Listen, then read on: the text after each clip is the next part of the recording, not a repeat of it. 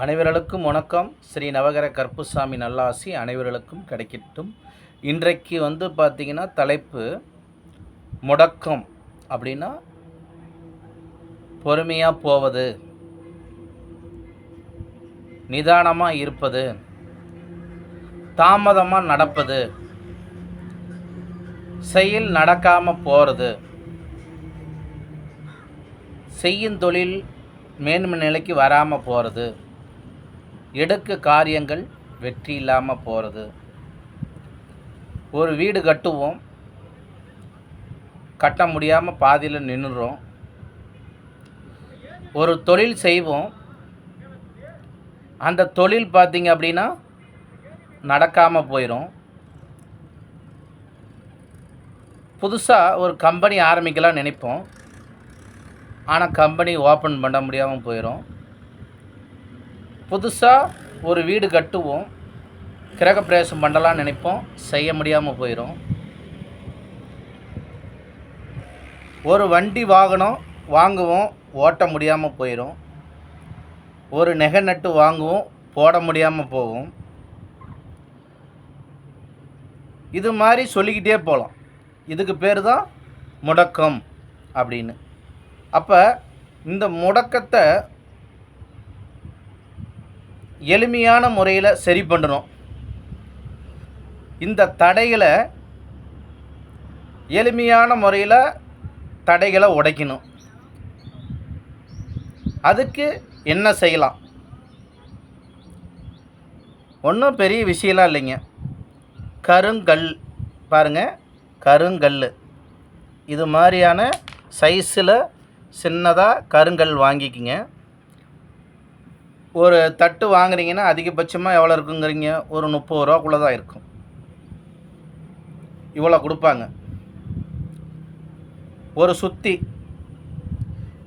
அது இரும்பு. கல் சனி, சுத்தி இரும்பாக இருக்கிறதும் சனி தான். அப்போ நமக்கு தடை அப்படின்னா தடைகளை உடைக்கணும். அப்போ தடைகளை உடைக்கணும் அப்படின்னா காலையில் ஏந்திரிச்சு வீட்டை விட்டு கிளம்பும் போது ஒரு நல்ல காரியத்துக்காக நீங்கள் வெளியில் போகிறீங்க, ஒரு தொழிலுக்காக வெளியில் போகிறீங்க. அப்படிங்கும் போது உங்களுடைய முடக்கமாக இருக்குது, இதுக்கு முன்னாடி இருந்ததில்ல, அந்த முடக்கமெல்லாம் இல்லாமல் இருக்கணும்னா இந்த கல்லை தினமும் ஒரு கல் ஒரு சுத்தியால் அடித்து உடைச்சிட்டு போங்க. உங்களுக்கு போகிற காரியம் சக்ஸஸ். இப்போ வெளிநாட்டில் வெளி ஊரில் இருப்பவர்கள் இன்னும் எளிமையான பரிகாரங்கள் அப்படிங்கும் போது பார்த்திங்கன்னா ஒரு 10 ரூபா ரிப்பன், இல்லை 10 ரூபாய்க்கு ஒரு காடா துணி மாதிரி கூட நீங்கள் ஜாக்கெட் பிட்டாக வாங்கிக்கலாம். அதை வாங்கி இந்த துணியை அதிகபட்சமாக 1 மீட்ரு கட் பண்ணிக்கிறீங்க. இந்த அளவுக்கு கட் பண்ணால் போதும். இதை தினமும் நம்ம வீட்டில் ஒரு கத்திரிக்கோல் எடுத்து இதை நல்லா போகிறதுக்கு முன்னாடி ஒரு 10 நிமிஷத்துக்கு முன்னாடி இப்படி பொடி பொடியாக உங்களால் எவ்வளோ முடியுமோ அதை கட் பண்ணி அதை அப்படியே போட்டுருங்க. இந்த கருப்பு துணியை கட் பண்ணி டஸ்ட்பின்லேயோ சாக்கடையிலையோ போட்டு கிளம்புங்க. உங்கள் தொழில் தடைகள் அனைத்தும் விலகிறோம். நீங்கள் போகக்கூடிய அத்தனை காரியமும் ஜெயமாகும். இது எப்படி சாத்தியமா? இதுக்கான ப்ரூஃப் என்ன அப்படின்னா, கருப்பு அப்படின்னா ஒருத்தர் இறந்துட்டா துக்கத்தை தெரியப்படுத்துறது கருப்பு. ஒரு நாட்டோடைய முதல் மந்திரியோ இல்லை ஒரு ஜனாதிபதியோ நம்ம ஊருக்குள்ளே வராங்க அப்படின்னா எல்லாத்து வீட்டு வாசப்படியிலையும் கட்டியிருந்தால் எதிர்ப்பு அப்படின்னு இதை தெரியப்படுத்துகிறோம். யாராச்சும் இறந்துட்டாங்க அப்படின்னா கருப்பு உடை போட்டு நம்ம அந்த துக்கத்தை தெரியப்படுத்துகிறோம். இன்றைக்கி ஆன்மீக எதிர்ப்பாளராக இருக்கக்கூடிய தந்தை பெரியார் அவர்கள் கூட பார்த்திங்கன்னா கருப்பு அப்படிங்கிற அந்த துணியை வச்சிருக்கிறார் கொடியாக. அது எதிர்ப்பு காட்டுறதுக்காக. நம் இந்து சமயத்தில் கருப்பு சாமிக்கு இந்த உடையை போடுவோம். சனி பகவானுக்கு இந்த உடையை உடுத்துவோம். அப்போ கருப்பனார் அப்படின்னு எடுத்துக்கிட்டிங்கன்னா உக்கிரமான தெய்வம். சனி பகவான் எடுத்துக்கிட்டிங்க அப்படின்னாரு எல்லாருமே பயப்படக்கூடிய ஒரு கடவுள் அப்படின்னா சனி பகவான். அப்போ தமிழ்நாட்டில், இந்தியாவில், உலகம் பூரா இருக்கக்கூடிய எல்லா மக்களும் கருப்புசாமி பக்தர்களாக இருப்பவர்கள், ஐயப்ப பக்தராக இருப்பவர்கள் கருப்பு உடை எதற்காக போடுறீங்க? அப்போ ஒரு 48 நாள் விரதம் இருந்து அந்த கருப்பு உடையை உணிந்து நீங்கள் சபரிமலைக்கு போனீங்க அப்படின்னா சனி பகவானால் வரக்கூடிய அந்த தாக்கங்கள் கம்மியாகணும் அப்படிங்கிறதுக்காக இது ஐயப்பன் சனி பகவான்கிட்ட கேட்டதுனால தான் ஐயப்ப பக்தர்களெல்லாம் இந்த கருப்பு உடைகளை உடுத்துகிறோம். அப்போ எல்லா விஷயத்தையும் எடுத்துக்கங்க, எதிர்ப்பு காட்டக்கூடிய ஒரு விஷயமாக தான் இருக்குது. அப்போ இதை நீங்கள் பயன்படுத்தும் போது மிகப்பெரிய மாற்றங்கள் வரும். இதில் இன்னும் சிம்பிளாக சொல்லப்போனால், எல்லோரும் ஈஸ்வரன் கோயிலுக்கு போனால் சனி பகவான்கிட்ட பார்த்திங்கன்னா சனிக்கிழமை நாளில் அவர்கிட்ட இதில் பார்த்திங்கன்னா எள்ளு வச்சு என் நல்லெண்ணெயில் நினச்சி மூட்டையாக கட்டி வச்சுருப்பாங்க. அங்கே போயிட்டு சுற்றி போடுவாங்க. அது மாதிரிலாம் செய்யக்கூடாது. ரொம்ப ரொம்ப தவறான ஒரு விஷயம். ஏன் அப்படின்னு கேட்டிங்க அப்படின்னா, நீங்கள் எப்பொழுது ஒரு கோயிலுக்குள்ளார போகிறீங்களோ அப்பயே அந்த தெய்வத்தின் ஆற்றல் உங்களுக்கு கிடச்சிரும். அப்போ உங்கள் மீது இருக்கக்கூடிய நெகட்டிவ்ஸ் எப்படி அது விலகும்? அங்கே போய் நீங்கள் சுற்றி போகிறதுனால அது உங்களுக்கு எப்படி சரியாகும்? நீங்கள் திருப்பி வெளியே வருவீங்க. அப்போ அந்த நெகட்டிவ்ஸ் மீண்டும் உங்கள் மேலே ஒட்டும். அப்போ இதை செய்ய வேண்டியது எப்போ? ஒரு சனிக்கிழமை நாளையில் நைட்டு 8 to 9 அப்படிங்கும்போது சனி ஓர அந்த கரெக்டாக ஒரு 8:50க்கு உங்கள் வீட்டில் மிளகு, எள்ளு கலந்து ஒரு மூட்டையாக கட்டி அதில் கருப்பு நூல் போட்டு கட்டி நல்ல எண்ணெயில் வச்சுருங்க. வச்சுட்டு ஒரு அகல் விளக்கு, அந்த அகல் விளக்கில் இதை குடும்பத்தில் இருக்கிற அத்தனை பேர்த்தையும் கூப்பிட்டு வச்சு சுற்றுங்க. சுற்றி வீட்டு வாசப்படியில் வச்சுருங்க.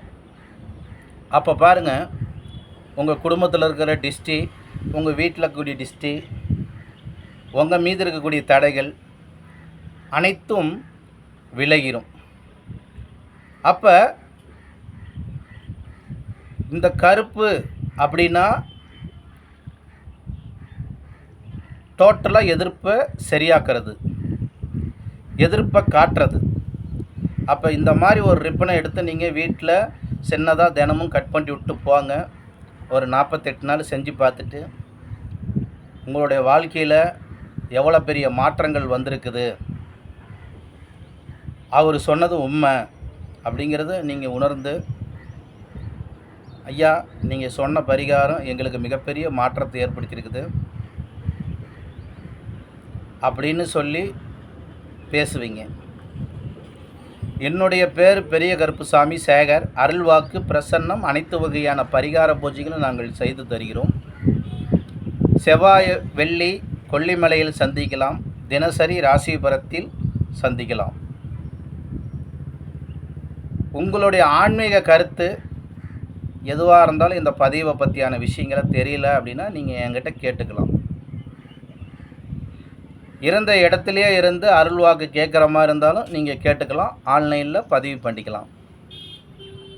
என்னுடைய ஃபோன் நம்பர் 84 89 17 32 28. நம்மளுடைய நவகிரக கருப்புசாமியுடைய ஆலயத்தை கட்டுறதுக்கான வேலைகள் நடந்து கொண்டு இருக்கிறது. செட்டு போட்டாச்சு, சாமி வந்துருச்சு. சுற்றியும் கொஞ்சம் செவுறு கட்டணும். கும்பாபிஷேகம் வரக்கூடிய தை மாதம் 2025 வருடத்தில் தை மாதத்தில் இன்னும் டேட்டு முடிவு பண்ணல.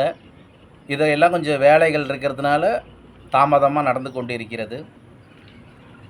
நீங்கள்லாம் கொஞ்சம் கருப்புசாமிக்கு இந்த பதிவை பார்த்துட்டு உங்களுடைய லைஃப்பில் மிகப்பெரிய மாற்றங்கள் ஏற்படும். அதுக்கான ஒரு பீஸாக நவகிரக கருப்புசாமியுடைய ஆலயத்தை கூடி ஆழ்ந்தால் கோடி நன்மை. நான் சொல்லக்கூடிய இந்த பரிகாரம் உங்களுடைய வாழ்க்கையை மிகப்பெரிய அளவுக்கு மாற்றத்தை ஏற்படுத்தும். எல்லாருக்கும். அதனால் நல்லதை நினைப்போம், நல்லது நடக்கும். நன்றி, மகிழ்ச்சி. சேகர் கொல்லி யூடியூப் சேனலை பெல் பட்டனை தட்டி வைங்க. புது புது வீடியோக்களாக வரும். இன்றைக்கி சனி பகவானை பற்றியான தடைகளை பற்றியான ஒரு விஷயத்தை உங்களுக்கு சொல்லியிருக்கிறேன். இந்த பரிகாரத்தை செய்து பலன் பெற்ற மாதிரி இந்த பதிவை மற்றவர்களுக்கு ஷேர் பண்ணுங்கள். நல்ல விஷயங்களை கமெண்ட் பண்ணுங்கள். அடுத்த பதிவுகள் அற்புதமான பதிவுகள் வரும். 9 கோள்களை பற்றியானது. ஏன்னா நம்ம சாமியே நவகிரக கருப்புசாமி. அதனால் ஒவ்வொரு விஷயத்தையும் உங்களுக்கு சொல்கிறேன். அடுத்தது உங்களுடைய வாழ்க்கையில் எவ்வளோ பெரிய பிரச்சனையாக இருந்தாலும் சரி,